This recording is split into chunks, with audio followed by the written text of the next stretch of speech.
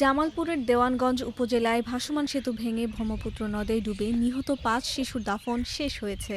২২ March রোববার সকালে পৃথক জানাজা শেষে পারিবারিক কবরস্থানে তাদের দাফন করা হয়।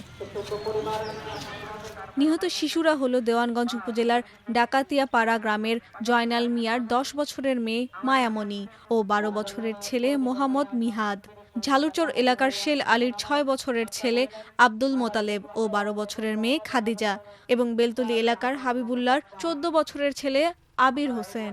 তাদের অকাল মৃত্যুতে ৩ গ্রাম জুড়ে এখন শোকের ছায়া। গতকাল ঈদের দিন বিকালবেলা ঘুরতে যায় দামের ব্রিজে। এমন একটা মর্মান্তিক ঘটনায় উনার দুইটা সন্তান হারা চলে যায়।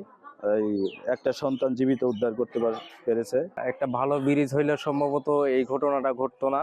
আজকে এই একটা আনন্দের দিন, কিন্তু আমাদের পরিবার, আমাদের সমাজে একটা বিষাদময় একটা পরিবেশ সৃষ্টি হয়েছে। স্থানীয় সূত্রে জানা যায় ২১ মার্চ শনিবার বিকেলে ঈদের ছুটিতে ব্রহ্মপুত্র নদের ওপর ভাসমান সেতুতে ভিড় জমান স্থানীয়রা। অতিরিক্ত চাপের কারণে এক পর্যায়ে ভেঙে যায় ভাসমান সেতুটি।